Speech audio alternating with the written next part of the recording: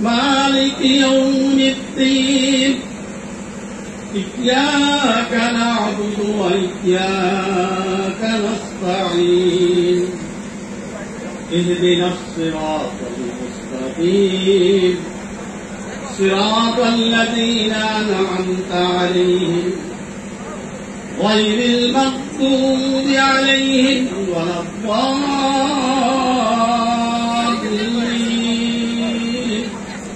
آمين। সকল প্রশংসা বিশ্বব্ৰহ্মাণ্ডৰ আল্লাহৰ বাবে।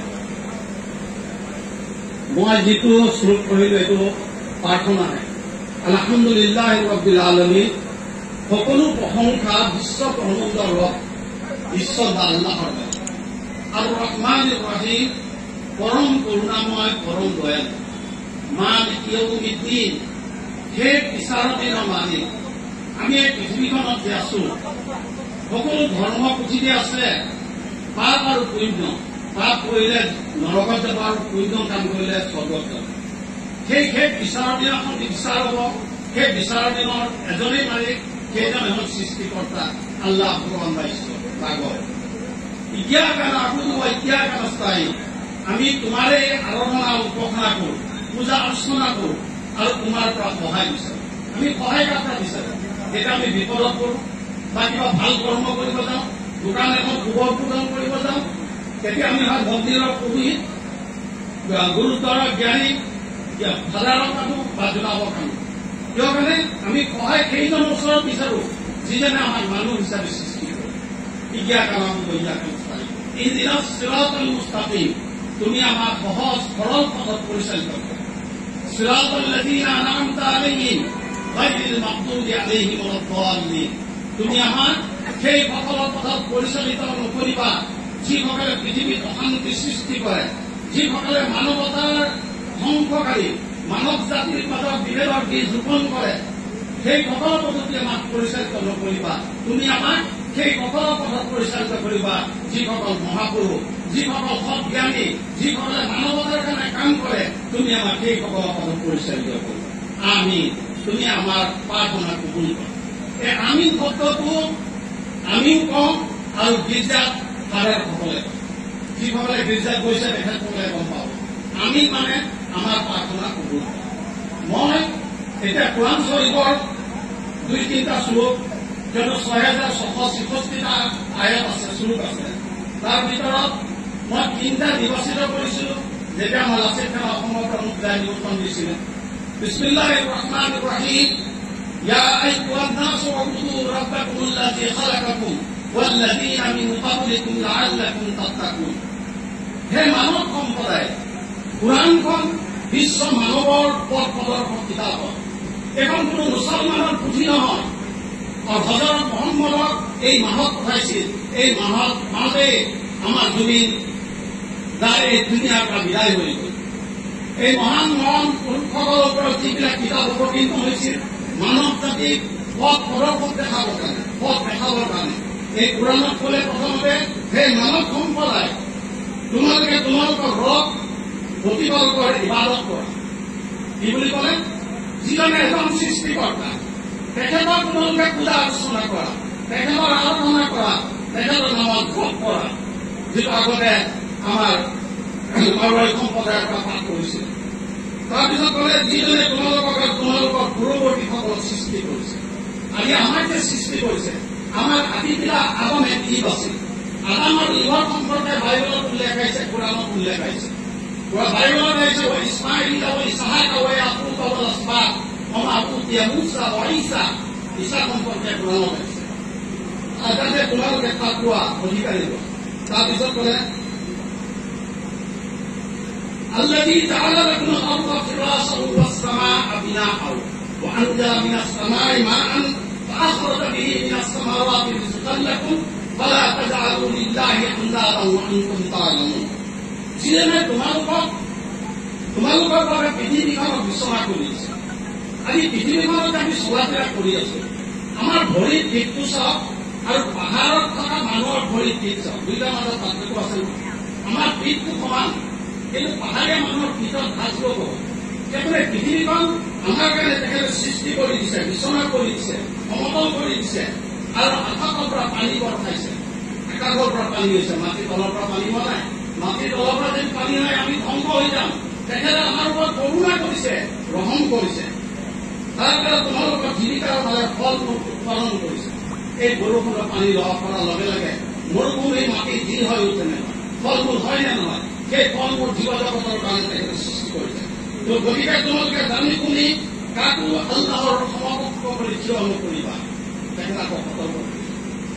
তাৰপিছত শেষত এতিয়া আয়াতত আল্লাহে ক'লে, ইয়া আইয়ুহান নাসু তাকু ৰাব্বাকুমুল্লাযী খালাকাকুম মিন নাফসিন ওয়াহিদাতিন ওয়া খালাকা মিনহা যাওজাহা ওয়া বাসসা মিনহুমা রিজালান কাসীরান ওয়া নিসা ওয়াত্তাকুল্লাহা আল্লাযী তাসাআলুনা বিহি ওয়াল আরহাম ইন্নাল্লাহা কানা আলাইকুম রাকীবা। হে মানৱ, তোমালোকে নিজ প্ৰতিপালকক তাকৱা অৱলম্বন কৰা। তাকৱা মানে ভয় কৰা। তাকৱা শব্দটোৰ অৰ্থ হ'ল ভয় কৰা। আমি সৃষ্টিকৰ্তাক দেখা নাই, কিন্তু সৃষ্টিকৰ্তাই আমাক দেখি আছে। আমাক ভয় কৰিব কৈছে প্ৰতিটো ছেকেণ্ডত কেতিয়া আমাৰ মৃত্যু হৈ যায় আমি ক'ব নোৱাৰো। যেনেকে জুবিনদাই আজি ভাল কৰ্ম কৰি যোৱাৰ কাৰণে অসমত আজি হিন্দু মুছলমান স্বীকৃতি শেষ হৈ গ'ল। আজি আমি সকলো মানুহ, আজি আমি সকলো অসমীয়া, আজি প্ৰতিজন মানুহৰ হৃদয় কান্দি উঠিছে নাই? তেখেতে কি কৰ্ম কৰিছিল? তেখেতে মানৱতাৰ কৰ্ম কৰি গৈছিল। সেইকাৰণে আল্লাহ তাআলাই ক'লে যে তাকৱা ভয় অৱলম্বন কৰা, যিজনে তোমালোকক এটি প্ৰাণৰ পৰা সৃষ্টি কৰিছে। আজি আমাৰ আদি পিতা হ'ল আদম ঈদ। তাৰপৰা আপুনি হিন্দু মুছলিম শিখ ইছাই আমি জন্ম সূত্ৰে ভাই ভাই। ইয়াত ভাগ ভাগ নাই। তেখেতৰ শাস্ত্ৰত প্ৰমাণ, যিজনে পৃথিৱীখনত ভাল কৰ্ম কৰিব তেখেতে পৃথিৱীতেই তাৰ প্ৰতিফলন পাব, আৰু যিজনে অপকৰ্ম কৰিব এই পৃথিৱীতে সি তাৰ ফল পাব। প্ৰাণৰ সৃষ্টি কৰে, তাৰ পৰাই তেওঁ স্ত্ৰীক সৃষ্টি কৰিছে, আৰু তোমালোক দুজনৰ পৰাই বহুতো নৰনাৰী বিস্তাৰ কৰিছে। আৰু তোমালোকে আল্লাহৰ তাকৱা অৱলম্বন কৰা, তেওঁৰ যাৰ নাম তোমাই তোমালোকে খৰচ কৰি অধিকাৰ সাব্যস্ত। আজি যে আমি অধিকাৰ সাব্যস্ত কৰিছো, যেনেকে ল'ৰা ছোৱালীয়ে মাক বাপেকৰ ওপৰত অধিকাৰ সাব্যস্ত কৰিছে, যেনেকে দোকানৰ কৰ্মচাৰী মালিকে কৰ্মচাৰীৰ ওপৰত অধিকাৰ সাব্যস্ত কৰিছে, যেনেকে চৰকাৰে আমাৰ ওপৰত সাব্যস্ত কৰিছে, টেক্স দিব লাগিব, কৰিছে না? এই অধিকাৰটো আমাক কোনে দিছে? এই অধিকাৰটো আমাক সেই সৃষ্টিকৰ্তাই দিছে, যিজনে আমাক মানুহ হিচাপে সৃষ্টি কৰিছে। তাৰপিছত তেখেতে ক'লে তাকো অৱলম্বন কৰা ৰক্ত সম্পৰ্কীয় আত্মীয়তাৰ বিষয়ে। আজি চাওক, যেতিয়া আমাৰ লগত টকা পইচা বেছি হৈছে, তেতিয়া আমি আমাৰ সমাজৰ বা আমাৰ ঘৰৰ বংশৰ দুখীয়া মানুহজনৰ আত্মীয় স্বজনৰ পৰা আমি বঞ্চিত কৰোঁ নে নকৰোঁ? কৰিছো নহয়? যেতিয়া সমাজৰ এজন ধনী হৈ যায়, তাৰ ঘৰৰ দৰিদ্ৰ বংশৰ তাৰ লগত কিন্তু সৃষ্টিকৰ্তাই কৈছে তোমাৰ আত্মীয় সম্পৰ্ক তুমি বিচ্ছিন্ন নকৰিবা। মই যদি গোটেই সমাজৰ মানুহখিনিক একত্ৰিত কৰি লৈছো, কিন্তু মোৰ যদি বংশ পৰিয়ালৰ মানুহৰ লগত যদি মোৰ খুব সম্পৰ্ক নাই, মই আদৰ্শ মানুহ হ'ব নোৱাৰো, মই ধাৰ্মিক হ'ব নোৱাৰো। মই ধাৰ্মিক তেতিয়াই হ'ব পাৰিম যেতিয়া মই নিজৰ প্ৰাপ্য, নিজৰ অধিকাৰ যিটো মোৰ ওপৰত আছে, মই যাতে আদায় কৰিব পাৰোঁ। নিশ্চয় আল্লাহে তোমালোকক পৰ্যবেক্ষণ কৰে। আল্লাহ তাবাৰক তাআলাই আমাক সকলোকে চাই আছে। আল্লাহ তাআলাই এটি পুৰাণৰ এটি সূৰা আছে, সূৰা আসৰ। আসৰ মানে হ'ল সময়ৰ সময়। ওয়াল আসর ইন্নাল ইনসানা লাফী খুসর ইল্লা আল্লাযীনা আমানু ওয়া আমিলুস সালিহাত ওয়া তাওয়াসাউ বিল হাক্কি ওয়া তাওয়াসাউ বিস সাবর। নিশ্চয় সকলো মানুহেই ক্ষতিগ্ৰস্তৰ মাজত অৱস্থিত। ইয়াত মুছলমান বুলি শব্দ কৈছে নেকি? নাই কোৱা। সকলো মানুহ, যিমান পৃথিৱীৰ মানৱ জাতি আছে, সকলো মানুহে ক্ষতিগ্ৰস্তৰ মাজত অৱস্থিত। সেই সকলৰ ব্যতীত চাৰিটা গুণ যাৰ মাজত আছে, তেখেত ক্ষতিগ্ৰস্ত নহয়। এক নম্বৰে যিসকলে সৃষ্টিকৰ্তা এজন বুলি তাৰ ওপৰত পূজা আলোচনা কৰে, যিজনে এজনৰ সৃষ্টিকৰ্তা বুলি মানি লৈছে, তাৰপিছত তেখেতে সৎ কৰ্ম কৰে। আজি যেনেকে চাওক, জুবিনদা অমৰ হ'ল নে নহয়? তেখেতে সৎ কৰ্ম কৰিছিল। তেখেতে ধনীৰ লগত ইমান সম্পৰ্ক নাছিল, দুখীয়াৰ লগত ইমান সম্পৰ্ক আছিল। তেখেতে শ্মশানত দেখে মানুহ জ্বলাওঁতে আমি চাইছো, নিউজত পাইছো। তেখেতক মই যোৰহাট প্ৰগ্ৰামত একেলগে তাৰ লগত আছিলো। তেখেতৰ যিখিনি আদৰ্শ, তেখেতৰ সেই আদৰ্শ তেখেতক কোনে দিছিল? নিজৰ মাতৃয়ে দিছিল, নিজৰ দেউতাই দিছিল। আজি তেখেতৰ দেউতা অসুস্থ হৈ আছে। আজি আমি তেখেতৰ দেউতাকৰ মানুহ আমি আৰাধনা কৰিব লাগিব। আৰু কি কৈছে? ভাল কামৰ উপদেশ দিয়ে আৰু বেয়া কামৰ বাধা প্ৰদান কৰে। নিশ্চয় সেই সকলে সাফল্য মন্দিত।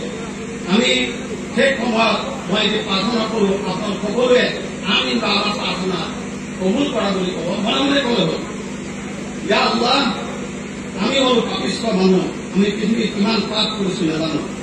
তুমি আমাৰ সকলোৰে হৃদয়ৰ অতিকৈ আপোন, যোনে কাৰক আমি ধুনীয়া আমাৰ ওচৰৰ পৰা লৈ গলা। তেখেতৰ আত্মাক চিৰশান্তি দিয়া। তেখেতৰ মা আৰু তেখেতৰ ভনী এইখন পৃথিৱীৰ পৰা বিদায় হৈ গ'ল। তেখেতৰ পিতৃ কপিল ঠাকুৰ আজি অসুস্থ হৈ পৰি আছে।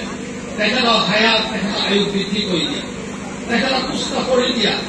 আৰু তেখেতে আমাৰ জুবিন দাই যেনেকে অসমৰ মানুহক একত্ৰিত কৰিলে, আজিৰ পৰা যাতে আমি সকলোৱে একগোট হৈ অসমৰ সাৰ্বাংগীন উন্নয়ন কৰিব পাৰোঁ, তাৰ কাৰণে তুমি আমাক কবুল কৰা। আমি আমাৰ দোৱা কবুল কৰা।